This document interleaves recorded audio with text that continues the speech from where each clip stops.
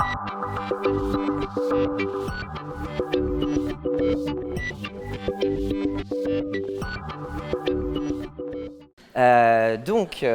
suis avec vous aujourd'hui pour vous parler de personal branding. Donc, comme j'ai un accent de merde, je parle de marque subjective. Vous allez comprendre pourquoi. Donc, qui je suis. Donc, je vais vous parler de Twitter et LinkedIn et comment les utiliser de façon efficiente et rapide pour développer rapidement votre personal branding. Donc, je m'appelle Frédéric et j'ai créé il y a 4 ans Inopegasi, qui est un collectif de talents en stratégie de marque. Que d'ailleurs je les invite tous à travailler leur personal branding. Ils l'ont plus ou moins développé. On est aujourd'hui bientôt une quarantaine et on aide les entreprises à se développer, à se différencier avec du marketing humaniste. Voilà pour la petite présentation. Le concept de personal branding, en fait, que j'ai rebaptisé marque subjective, à quoi ça sert? L'idée, c'est que la subjectivité, en fait, c'est ce qui nous rend unique. Donc, j'invite chacun d'entre vous, quel que soit son contexte professionnel et son projet professionnel, à essayer de trouver, en fait, sa propre pépite et à définir sa valeur ajoutée exclusive. Voilà. On discutait avec Solène qui travaille aussi sur le même sujet, qui me disait en fait un talent c'est quelque chose d'inné, c'est quelque chose de naturel et c'est quelque chose qu'on ne peut pas transférer, transmettre. Donc ça c'est intéressant. Donc la marque subjective c'est développer en fait votre talent et le rendre visible. La philosophie est celle-là, n'attendez pas d'être connu pour prendre conscience de vos talents. Et Oscar Wilde disait cela, soyez vous-même, tous les autres sont déjà pris. C'est simple, c'est efficace. Il y a 3 étapes en fait avant d'aller bidouiller sur Twitter et LinkedIn. Il y a quand même un peu de stratégie. C'est pas le sujet du jour, mais je vous donne l'information quand même, parce que ça sert à rien de faire des profils Twitter et LinkedIn si vous ne savez pas comment vous présenter. Il y a 3 étapes en fait dans la marque subjective. La première phase est une phase d'introspection, de vous définir en fait, de définir ce qui vous rend unique au regard de votre parcours de vie personnel et professionnel. Ça, c'est la première étape, qui est la plus sensible, la plus importante et qui peut changer votre vie, qui peut développer votre leadership, votre charisme. C'est le chemin de la résilience et c'est autrement plus important que de bidouiller sur Twitter et LinkedIn. C'est fondamental. La deuxième étape, c'est la verbalisation et la mise en lumière de votre talent. Et c'est ce qui va vous permettre de construire votre notoriété. Et la troisième étape, c'est le développement de cette réputation, e-réputation, et c'est la gestion aussi de votre notoriété. Finalement, qui est concerné par le personal branding? J'ai identifié 5 profils. Alors c'est un peu une astuce de marketeur parce que c'est du marché segmenté, quand on les additionne, c'est pour tout le monde en fait. Donc en fait c'est pour les dirigeants. Un dirigeant il va avoir besoin de recréer de l'engagement avec ses managers, ses équipes, développer son charisme, bonifier sa réputation, etc. C'est pour un expert indépendant, ça c'est assez évident pour devenir un acteur majeur dans son domaine d'expertise et on va le voir avec LinkedIn et Twitter. C'est pour une personnalité publique également, les demandeurs d'emploi et les talents en poste. Ils vont travailler leur pouvoir d'attraction, leur employabilité. Vous aurez le loisir de lire ça dans le détail ultérieurement. Alors on va commencer sur LinkedIn et je vais vous montrer en premier lieu un profil. Donc en fait, alors c'est très égocentré, mais comme c'était facile parce que j'ai quand même passé beaucoup de temps à décortiquer LinkedIn, donc j'ai pris le mien. Donc voilà, prenez ça comme un défaut d'orgueil, c'est pas grave. Donc comment se présente un profil LinkedIn? Déjà, vous avez la possibilité en fait de personnaliser le background, le fond d'écran qui est derrière. Donc là où j'ai mis 2 logos de 2 entreprises que je gère. La photo de profil. En personal branding, il est conseillé d'avoir une photo où vous souriez. Une photo en noir et blanc est un code pour dire je suis un expert. C'est caricatural, mais c'est quelque chose de vérifiable. Voilà, c'est de l'image.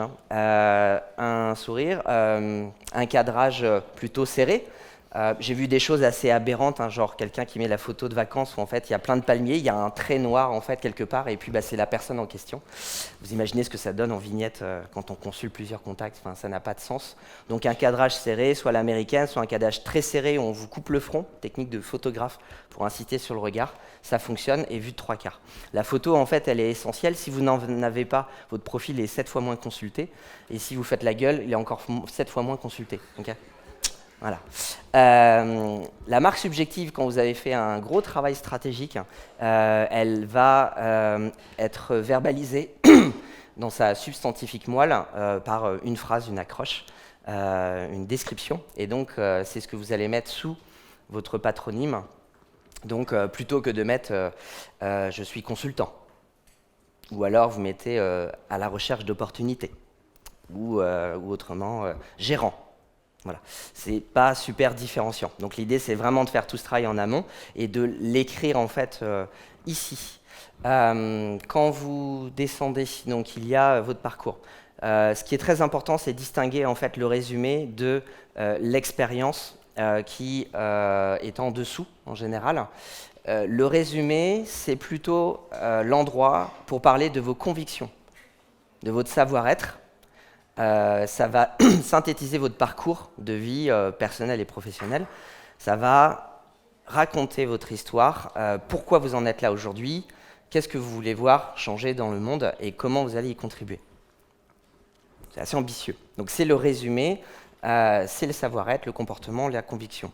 Alors que dans l'expérience, ce qui va suivre derrière, c'est plutôt une description, une approche plutôt CV, on est plutôt dans le savoir-faire. Et là, en fait, je vous conseille de rédiger, d'avoir un travail de rédaction important. Vous allez définir les objectifs, rappeler les objectifs qu'on vous confiait quand vous étiez dans telle ou telle entreprise, quel que soit le statut, et les résultats que vous avez atteints.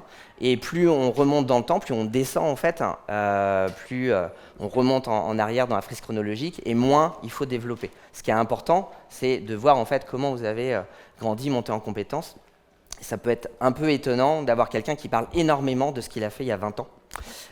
Et tout d'un coup, il ne décrit pas ce qu'il a fait les 5 dernières années. Ça ne va pas apporter de la crédibilité. Ensuite, dans l'expérience, sur LinkedIn, vous avez la possibilité en fait, d'intégrer différents visuels, des médias. Vous pouvez intégrer des vidéos, vous pouvez mettre des liens vers des documents. Il y a également une start-up qui s'appelle SlideShare, qui a été rachetée par LinkedIn il y a quelques années, donc qui est un média social qui permet d'uploader, de mettre en ligne vos présentations, vos plaquettes, vos documents, PowerPoint, PDF, etc. Et du coup, vous pouvez encapsuler ces documents dans votre profil directement. Donc pour chaque expérience, vous avez employeur 1, employeur 2, employeur 3. À chaque fois, vous pouvez encapsuler des SlideShare. Donc, par exemple, pour un commercial, il peut partir de son profil LinkedIn, montrer ce qui fait qui il est, et puis lancer une plaquette pour parler d'un produit qu'il est en train de vendre. Voilà. Petite astuce également qui vient d'une consultante en marketing anglaise. J'ai trouvé ça très malin. L'idée est de détourner la fonctionnalité expérience en se disant que finalement, les gens pour qui vous avez travaillé, peu importe le statut. Finalement, le plus important, c'est la mission que vous avez réalisée, le talent que vous avez développé et les résultats que vous avez obtenus. Peu importe que vous soyez employeur, dirigeant, consultant indépendant, etc. Donc, l'idée, c'est que si vous êtes, par exemple, salarié dans une entreprise et que vous avez travaillé en mode projet et qu'il n'y a pas de problématique de confidentialité, eh bien, vous pouvez faire comme si c'était une expérience salariée. C'est-à-dire que vous allez mettre le nom de l'entreprise cliente, vous allez dire le statut, le talent que vous avez développé pour cette entreprise. Et là, vous ne mentez pas. C'est-à-dire, vous ne dites pas j'ai travaillé chez machin. Non, non, vous dites j'ai accompagné telle entreprise dans le cadre de ma mission chez tel employeur et j'ai réalisé telle ou telle chose. Alors, quelle est la pertinence? L'intérêt, en fait, c'est tout simplement visuellement de voir s'afficher des logos en fait, des entreprises. L'idée, c'est que quand vous faites ça et que vous saisissez le nom de l'entreprise, automatiquement, on va vous proposer une liste de pages entreprises préexistantes. Et si vous avez travaillé pour des grandes marques, il y a de grandes chances pour que la page entreprise existe. Et donc, vous allez avoir un cumul de logos. Donc, le cas échéant, pour moi, les entreprises ne sont pas forcément toutes connues, mais vous allez, par exemple, j'ai Bacardi, Michelin, Société Générale. Voilà. Donc, vous voyez les logos qui s'enchaînent. Donc, quand on lit en diagonale, l'internaute peut se dire « Waouh, il a bossé dans toutes ces boîtes ». Donc pour moi, j'ai pas de scrupules. Qu'est-ce que le plus important, c'est pas que j'ai bossé dans ces boîtes, c'est que j'ai travaillé pour ces marques. Voilà. Et l'essentiel, il est bien là, de mon point de vue. Si vous avez écrit un ouvrage, vous pouvez créer une section publication. Donc soit vous êtes auteur ou co-auteur d'un ouvrage, soit aussi vous avez pu être, participer à un livre blanc. Donc un livre, une démarche collaborative par rapport à une thématique et on vous a identifié comme expert. Donc ça peut être intéressant. En plus, vous avez la possibilité de mentionner en fait tous les autres auteurs qui ont un compte LinkedIn et de les afficher. Alors ça, c'est un petit truc qui nous vient des coachs ou des mentors américains. En fait, quand vous dites, vous dites, je commence à écrire un livre. Là, tout d'un coup, vous passez dans un autre univers. En fait, vous dites, oh, tout d'un coup, c'est extraordinaire, c'est magique. Le simple fait de teaser que peut-être un jour vous allez écrire un bouquin, tout de suite, vous êtes mis sur un piédestal. Donc c'est assez drôle et assez amusant. Réfléchissez à ça, je pense en particulier aux experts indépendants. C'est quand même pas compliqué en fait de produire un livre blanc et c'est extrêmement puissant en termes de réputation, d'irréputation. En web marketing, on peut faire plein de choses. On peut faire une landing page pour télécharger le livre blanc, créer des leads, créer une base de données. Et ensuite sur LinkedIn, ça peut être assez intéressant. LinkedIn met en avant depuis quelque temps ce que j'appellerais nos actions sociétales. Il y a 4, 5, 6 sections, fonctionnalités en fait dans le profil où vous pouvez valoriser vos engagements bénévoles. Parler des associations qui sont importantes pour vous, caritatives, ONG, etc. Les sujets qui vous intéressent, vous pouvez saisir directement les URL, les sites web en fait, des associations pour lesquelles vous vous engagez, soit vous donnez de l'argent, soit vous engagez bénévolement, vous donnez votre temps, etc. Mon petit doigt me dit qu'à un moment donné, vu l'évolution de notre civilisation, de notre monde, la dimension citoyenne prend une place de plus en plus importante dans la façon dont on accepte un emploi, dans la façon dont on consomme un produit, etc. Et LinkedIn, je pense, sans ça, et que c'est pas innocent si la dimension engagement citoyen prend une place prépondérante dans un profil LinkedIn. Donc ne laissez pas ça de côté, parce que ça peut vraiment avoir un impact en situation de prospection ou de recrutement, à mon avis. Et ça va être de plus en plus important. Du coup, par exemple, je suis un ancien JIC, donc de JCI, donc Jeune Chambre Économique. Et donc là, j'ai à un moment donné mis à jour cette petite expérience où je me dis, tiens, je vais voir, c'est comme les employeurs, il y a peut-être une page entreprise. Et oui, il y a une page entreprise. Donc on voit le logo. Donc automatiquement, quelqu'un qui consulte mon profil, que ce soit une de mes cibles, et qui est membre Jeune Chambre, automatiquement, le logo est reconnu avec une lecture en diagonale en 2 secondes. Et ça, tout de suite, ça crée un lien. Les compétences. Donc, l'idée, c'est de faire un brainstorming de champ lexical sur l'ensemble de vos compétences et de les afficher, de les ajouter. Donc, moi, je conseille d'en mettre au moins une quinzaine, plutôt sur de la technicité, plutôt sur du savoir-faire. Le comportemental a moins sa place ici, de mon point de vue. Donc, si par exemple, vous mettez sens de l'écoute, ou je sais pas, altruisme, etc. C'est pas le bon endroit en fait. C'est plutôt quelque chose que vous allez exprimer en haut dans le résumé. Donc là, on va être plutôt sur des savoir-faire métiers, des savoir-faire outils, process, etc. Quand quelqu'un valide votre compétence, ça rajoute un +1 sur le numéro donc, qui est à gauche.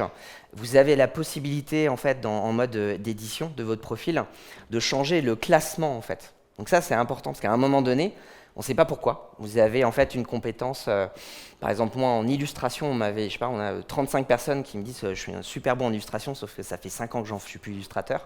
Et c'était au-dessus de choses qui sont beaucoup plus importantes pour moi aujourd'hui. Donc en fait, on peut reclasser.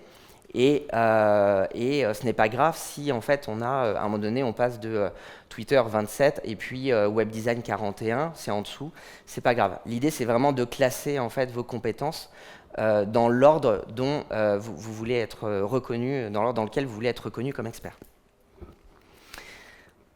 Les langues, donc vous avez la possibilité, voilà, de mettre votre niveau de langue, c'est un système d'étoilage qui automatiquement génère ce texte, soit bilingue, langue natale ou voilà, compétences professionnelles. Alors j'aime bien compétences professionnelles limitées, Voilà. Mais voilà, on peut avoir plusieurs niveaux. Et puis, par exemple, j'ai fait 9 mois de japonais. Là, c'est vraiment pour l'anecdote. C'est certainement pas pour avoir un contrat au Japon. C'est uniquement pour créer du lien avec éventuellement des internautes qui aussi auraient appris le japonais. Voilà. La formation, donc vous pouvez mettre ici votre parcours d'étudiant. Les centres d'intérêt, je vous conseille de dupliquer en fait l'ensemble des mots-clés. Ça va très vite. L'ensemble des mots-clés que vous avez choisis en compétences, de les répéter ici, puisque ça va optimiser l'indexation de votre profil dans les recherches en fait, de contacts sur LinkedIn. LinkedIn fonctionne finalement comme avec Google en SEO, en référencement naturel. Plus en fait les mots sont répétés et plus votre contact en fait va ressortir dans les résultats de recherche de contact sur LinkedIn. Donc c'est une petite astuce. Voilà, vous avez la possibilité d'avoir des recommandations par expérience. Donc pour chaque expérience, vous pouvez demander à avoir des recommandations. Il est plus intéressant d'avoir 3 recommandations de personnes avec des postes importants, connus, etc., que d'avoir 15 recommandations d'amis, de potes ou d'illustres inconnus. Donc il faut penser à ça par rapport à justement votre personal branding. On voit ici vos relations. Bon, alors voilà, il y a un cliché, c'est que quand vous avez plus de 500 relations, vous êtes quelqu'un d'important. Voilà, c'est un cliché qui fonctionne très bien. Donc vous pouvez adhérer à des groupes. Donc ça aussi c'est intéressant. À partir du moment où en fait vous montrez que vous êtes actif, vous vous intéressez à vos sujets de prédilection, vous faites partie de différents groupes, eh bien ça va susciter de l'intérêt, ça va montrer que vous êtes au fait par rapport justement à vos expertises. Les abonnements, donc il y a une dimension peu connue sur LinkedIn qui s'appelle Pulse. Qui est une partie média sociale. Vous pouvez en fait vous abonner à des personnalités influentes dans le monde, ainsi qu'à des grands médias en fait, radio, télé, qui font du contenu, du brand content, du contenu en fait sur LinkedIn. Également suivre les entreprises qui vous intéressent, puisqu'il y a des pages entreprises sur LinkedIn. Et voici d'autres fonctionnalités que moi je n'ai pas utilisées par exemple. Donc c'est extrêmement dense sur LinkedIn. Rapidement, je vous recommande 6 actions mensuelles en fait. Donc de toute façon vous aurez les slides, vous aurez la vidéo. Très rapidement, une fois par mois, mettez votre profil à jour. Donc ajoutez 1 ou 2 compétences. Ajoutez une expérience au sens expérience client, vous voyez ce que je veux dire? Vous pouvez être dans une entreprise salariée depuis 5 ans, vous allez y rester encore pendant 10 ans, mais vous travaillez pour des clients, donc par rapport à ce que je disais tout à l'heure, si en fait, voilà, il n'y a pas de souci de confidentialité, ajoutez en mode projet ce que vous avez écrit en mettant le logo, etc. Deuxième astuce, rédiger un article. Sur LinkedIn, vous avez la possibilité, en fait, en page d'accueil, soit de publier une nouvelle, partager une nouvelle, donc ça se trouve ici, soit vous avez la possibilité de rédiger un article. Et là, en fait, on n'est ni plus ni moins dans une interface en fait, de blog où vous pouvez uploader une image, une grande image, puis le titre de l'article, et on est, voilà, comme sur WordPress, on est sur un éditeur texte, et derrière, ça va vous produire un article qui vont être visibles sur votre profil, et ça peut vraiment contribuer à votre notoriété. Donc c'est un travail éditorial, un contenu que moi je recommande entre 500 et 800 mots par mois, un contenu, un sujet de fond, avec votre valeur ajoutée exclusive qui s'exprime, ça peut être extrêmement puissant. Au bout d'1 an, votre livre blanc, vous l'avez. Il suffit de faire un copier-coller de tous vos articles et puis vous demandez à 3 potes qui font le même métier que vous de faire la même chose, bim, livre blanc. Voilà. Petite astuce, il y a un site qui s'appelle Pixabay, Pixabay, qui est une banque de photos gratuite, libre de droit. Vous chopez des visuels de haute qualité et vous les utilisez ici, comme ça vous respectez le droit d'auteur et vous avez des images assez quali pour illustrer vos articles. Demandez une recommandation, donc qualifier et interroger plusieurs clients ou des partenaires. Voilà, donc c'est 1 fois par mois. Comme c'est un processus qui est un petit peu compliqué, un petit peu laborieux, ça peut être intéressant de faire d'une pierre 3-4 coups, c'est-à-dire que préparez un peu votre mail de demande de recommandation et vous le faites pour 3 ou 4 clients. Et vous pouvez jusqu'à aller proposer à la personne de faire la reco à sa place. C'est-à-dire qu'en fait, vous envoyez des fleurs et tout ça. Vous dites, voilà, tu pourrais dire ça, ça, ça. Vous lui mâchez le travail et vous dites, bah voilà, challenge le texte, mets-le à ta sauce, mais en gros, l'idée, c'est ça. Voilà. Et donc, bien sûr, on ne fait pas ça avec n'importe qui. On fait ça avec un partenaire, un client avec qui on a un lien de confiance. Et ça, c'est extrêmement efficace. Intervenir dans un groupe de discussion pour montrer effectivement que on s'intéresse, on prend la parole, on peut contredire et argumenter, etc. Donc ça laisse des traces, ça peut être intéressant. Et rechercher des nouveaux groupes de discussion également, parce qu'ils s'en créent tous les jours. Identifier des contacts clés parmi les membres récents. C'est-à-dire que sur LinkedIn, chaque jour, vous avez des nouvelles personnes, des nouveaux membres. Et vous pouvez avoir parmi je sais pas, vos prospects, si vous êtes un indépendant, des prospects qui vont s'inscrire. Donc c'est intéressant de temps en temps d'essayer de les repérer, voir si ils arrivent sur LinkedIn. Donc si vous avez travaillé votre personal branding, que vous avez je sais pas, 3 000, 10 000, 100 000 contacts et que vous lui dites je te propose de profiter de mon réseau, ça va booster en fait la viralité de sa visibilité en 2 secondes. Donc c'est un cadeau entre guillemets en termes de networking. Dernière idée, proposer un rendez-vous présentiel, un rendez-vous physique ou Skype à des contacts clés récents. En gros, sur vos 30, 40, 100 contacts du mois, vous identifiez en fait les profils qui sont extrêmement pertinents avec qui vous pourriez faire quelque chose, voilà, soit un prospect, un recruteur, etc., en fonction de votre statut et votre objectif. Ça, je le pratique aussi et c'est extrêmement puissant. Ça crée vraiment du business, ça crée de l'engagement, ça crée du réseautage, de la notoriété. C'est vraiment très puissant. Alors, il me reste 5 minutes, 6 minutes, si je suis ponctuel. On va parler de Twitter. Donc, profil Twitter, rapidement. Vous avez la possibilité, comme sur LinkedIn, de personnaliser le fond d'écran, la photo. Donc, je vous recommande d'avoir la même photo sur Twitter et sur LinkedIn. Je n'ai pas le temps de rentrer dans le détail pour les contre-exemples, mais vraiment, c'est important d'homogénéiser tout ça, de principe. Voilà des exemples en fait de profils comme Laurent de Linkhumans dans les RH. Voilà des exemples de personnalisation de personnalités sur Twitter. Voilà, on va événementialiser le background. On va essayer la petite note décalée, rigolote. L'humour, c'est très efficace. Là, le personal branding à outrance avec Loïc Lemaire, voilà, du coup, il va à chaque fois changer son background en fonction de l'événement auquel il est invité ou qu'il anime.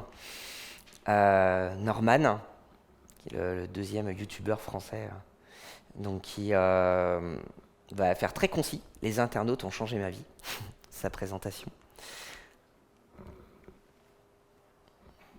Maire de Paris. Alors, je vais vous donner 10 conseils pour un tweet parfait. Premier conseil. Donc là, je pars du principe que vous avez un compte Twitter et que vous savez au moins créer votre compte Twitter. Donc là, c'est vraiment 10 astuces chirurgicales. C'est parti. Première idée, avoir l'esprit de synthèse. Il m'arrive de passer 20 minutes à écrire un tweet. Pourquoi ? Parce qu'en fait, c'est extrêmement stratégique parfois et il faut trouver les bons mots, les bonnes personnes, la bonne sémantique pour faire mouche. Ça ne marche pas à tous les coups, mais au moins on a essayé. Et puis des fois, ça marche très très bien, ça crée de l'engagement. Donc l'esprit de synthèse, c'est dire, quand on est très bavard comme moi par exemple, c'est dire voilà, on va dire tout ça en 140 caractères, c'est un petit peu compliqué. Donc le premier exercice, c'est un exercice de grammaire, de vocabulaire, un exercice de conjugaison. On va pouvoir enlever les articles, on va s'autoriser des contractions de mots, on va s'autoriser quelques coupures de mots, etc. L'essentiel, c'est que l'idée soit là. Moi, je préfère faire des fautes de français, des fautes de grammaire, de conjugaison, pas des fautes de français, d'accord, etc., mais d'enlever des articles pour avoir les mots qui font mouche et vraiment être impactant. À partir du moment où on se dit, voilà, n'importe qui lit ça, comprend. Donc ça, c'est vraiment l'enjeu du tweet. Je vous ai mis en exemple, ici par exemple le groupe La Poste qui me dit à suivre dès 19 h. Donc là on mentionne un autre compte Twitter, The School Lab, inaugure sa nouvelle maison dont La Poste, donc là un hashtag, est partenaire. On a un lien vers l'inscription et en plus on mentionne un intervenant, donc avec... Voilà, et là on mentionne Nathalie, Ken Cole, etc. Et comme on a une URL, hein, du coup ça génère automatiquement un visuel en dessous. Voilà. Donc ça c'est un bon tweet parce qu'on a vraiment optimisé le nombre de caractères, c'est clair, c'est efficace, et en plus on va voir dans les autres conseils qu'on intègre un certain nombre d'éléments. Alors pourquoi on utilise le hashtag? Le hashtag, c'est... Alors qui levez la main ceux qui savent ce que c'est qu'un hashtag? Ok, c'est cool. C'est bien, on est sur du level 2 là, c'est cool. C'est pas ce que c'est le hashtag? Ça, dehors. Donc en fait, le caractère dièse, donc vous savez ce que c'est. Pourquoi? À quoi ça sert? En fait, vous avez la possibilité en fait, d'indexer vos tweets comme cela. Je parle d'indexation, c'est-à-dire que soit vous utilisez des termes génériques comme par exemple Green Tech ou RH ou ESS, Économie sociale solidaire. Ce qui fait que quand un internaute sur Twitter tape dans le moteur de recherche ce mot-clé, votre tweet va passer au-dessus d'autres résultats, d'autres tweets qui n'auraient pas utilisé le hashtag, mais qui auraient utilisé ce mot-là, sans le caractère dièse devant. Donc ça va indexer. Ensuite, ça permet d'événementialiser en fait votre tweet et de brander votre tweet. Alors ça veut dire quoi? Ça veut dire que vous pouvez créer un hashtag avec votre propre marque et communiquer. Et à un moment donné, vous allez avoir plusieurs personnes qui vont spontanément utiliser le hashtag pour se dire, bah voilà, je parle de cette marque-là, d'autres personnes s'intéressent à cette marque, donc je vais faire exprès de mettre un hashtag. Et puis sur un événement comme le Web Today par exemple à Nantes, où on a en fait le hashtag de l'événement, puis on a un hashtag par salle. Donc ça avait été extrêmement bien traité. C'est un bon exemple. Donc voilà comment utiliser le caractère dièse. On a l'exemple ici avec voilà, Rio 2016 par exemple. Le C6Foot en hashtag, deux hashtags, et Paralympique, encore un hashtag. Il me reste 2 minutes. Optimiser la taille du lien, donc il existe des sites internet comme Bitly, BITLY, qui permettent de raccourcir voilà, le lien, comme ça permet d'optimiser le nombre de contacts. Quand on utilise un logiciel qui s'appelle aussi par exemple HotSuite, donc ça s'écrit HOOTSUIT, de mémoire. Donc pour planifier en fait à l'avance et synchroniser vos publications sur différents réseaux sociaux, automatiquement ça va réduire l'URL. Mentionner des comptes influents, ça c'est pour votre personal branding, c'est intéressant, c'est-à-dire qu'à un moment donné, vous allez prendre la parole, réagir et vous allez mentionner. Donc mentionner, ça veut dire que vous allez utiliser le caractère arrobase. Comme par exemple ici, on avait voilà, des influents dans ce tweet de Pentagram Design. Donc on va mettre arrobase, faire Roméo, Free, etc. Donc le fait que votre tweet mentionne des comptes avec beaucoup de followers va augmenter en fait la visibilité de votre tweet. Et en plus, vous allez créer de l'engagement. Et ce qui peut être intéressant, c'est qu'en plus, vous allez les interpeller. C'est-à-dire que non seulement vous les mentionnez, mais là où ça devient intéressant, c'est quand vous les interpellez. Vous leur posez une question, parce que là, il y a deux possibilités, soit ils s'en foutent, soit ils répondent. Et s'ils répondent, votre audience voit que vous dialoguez avec des influents, donc vous augmentez votre influence. Le 5e conseil, c'est de privilégier la forme interrogative. Effectivement, là, c'est le côté community management. On oublie souvent que les réseaux sociaux, c'est un espace de dialogue, et en fait, beaucoup de tweetos, donc d'utilisateurs Twitter, expriment de façon affirmative, péremptoire des choses, donc ont une approche verticale. Alors qu'en fait, ce qui peut être intéressant, c'est justement de créer du dialogue avec ses followers, et donc de donner son point de vue et de demander celui de son audience, de faire un appel à contribution, de poser une question parce qu'effectivement on est coincé sur un sujet, etc. La forme interrogative, elle crée de l'engagement. Bien sûr, insérer un média, image ou vidéo. En gros, un tweet qui n'intègre pas d'image ou de vidéo crée 10 fois moins d'engagement, donc 10 fois moins de likes, de partages et de citations. Alors faites-vous plaisir avec les GIFs. Par exemple, un exemple, vous avez une fonctionnalité depuis un peu moins d'1 an, je crois. Donc vous avez la possibilité directement en natif sur Twitter et dans l'application Twitter d'intégrer, en fait, si vous ne mettez pas d'image ou de vidéo, de mettre un GIF animé qui exprime une émotion. C'est souvent très drôle, hein, il y a beaucoup d'humour. Et ça crée de l'engagement aussi, ça booste en fait la visibilité de votre tweet. Petite astuce efficace. Vous avez en fait, comme pour l'exemple d'aujourd'hui, qui apparaît sur cette photo, c'est une fonctionnalité qui fait que quand vous envoyez une image, vous uploadez par exemple une photo dans votre tweet, vous pouvez mentionner des personnes. Vous pouvez mentionner jusqu'à 10 tweetos. Et du coup, c'est extrêmement intéressant puisqu'on a nos 140 caractères d'un côté, et ça, c'est du bonus. Donc en fait, plutôt que de mentionner dans le tweet des gens, le faites pas. Vous optimisez le tweet pour dire des choses et vous citez, vous mentionnez en fait les gens que vous interpellez via cette fonctionnalité. Et du coup, ça crée également beaucoup d'engagement.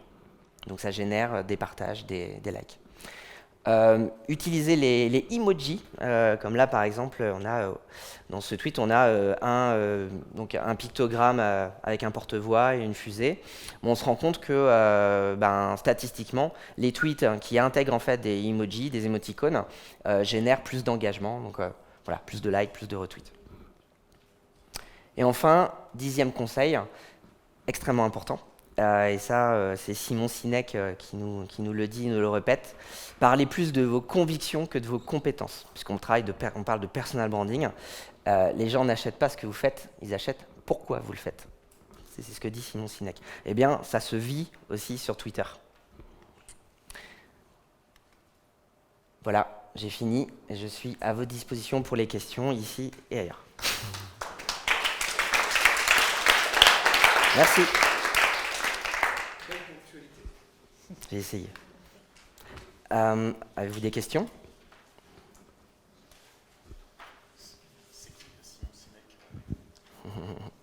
Alors Simon Sinek, en fait, c'est je crois que c'est un consultant en marketing et qu'il y a d'autres personnes qui connaissent Simon Sinek dans la salle, je pense.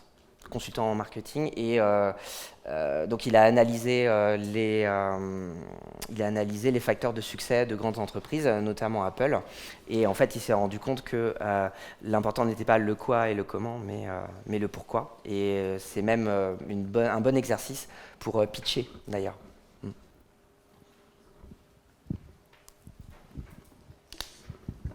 Tu parles seulement de LinkedIn et Twitter. Est-ce que c'est juste parce que tu penses que ça suffit ou c'est là qu'il faut se concentrer? Est-ce que c'est parce que c'est ton secteur d'activité et que ça correspond à tes clients, etc. Ou est-ce qu'il y en a d'autres qu'il faut se multiplier? Enfin, comment on fait en fait? Parce qu'il n'y a pas que LinkedIn et Twitter. Bien sûr. Quoi. Donc comment on choisit? Est-ce qu'il faut choisir? Est-ce qu'il faut être partout? Enfin, c'est quoi le...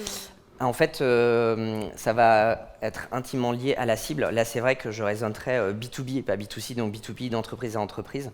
Donc c'est vrai que LinkedIn est vraiment pour moi la plateforme de prédilection en B2B. Et les fonctionnalités qui évoluent et qui arrivent vont vraiment dans le sens de la création de liens et de... Voilà, on bascule sur le média social de plus en plus. Sur LinkedIn et Twitter, même si c'est très peu utilisé par les Français, ça commence quand même à prendre de l'ampleur progressivement. Quand on est en B2C, c'est beaucoup plus intuitif d'aller sur Facebook, et auquel cas, ce qui peut être malin, c'est de se créer en fait une page Facebook dite personnalité. Et donc en fait, on communique sur son patronyme, donc c'est bien une page et pas un profil. Et là, ça peut être aussi une très très bonne stratégie. Et là, c'était juste un choix pour aujourd'hui. Mais on pourrait faire un travail, voilà, il y aurait plein de choses à dire sur le personal branding et Facebook via une page entreprise. Et puis il y a d'autres médias sociaux, où, effectivement, via Instagram, ça dépend beaucoup de son métier. Si je suis un artiste, un musicien, un chanteur, je vais être plus sur des médias images. Voilà. Si je suis un auteur, je suis plus littéraire, on va être plutôt sur d'autres outils. Voilà. En tout cas, il ne faut pas trop se disperser. Il vaut mieux être efficace sur une poignée de plateformes que d'essayer d'être partout. Et puis tout n'est pas pertinent. Voilà. Si je suis un expert en gastronomie, ce serait dommage de passer à côté de Pinterest, par exemple. Mais si je suis un indépendant et je suis plombier, ça va être moins pertinent d'aller sur Pinterest. Voilà, par exemple. Et donc, pour conclure, vous pouvez aller sur le site internet qui s'appelle marquesubjectives.fr. Et là, vous verrez tout le parcours d'accompagnement et tous les sujets connexes à ce soir. On arrête là. Merci, bonne fin de journée.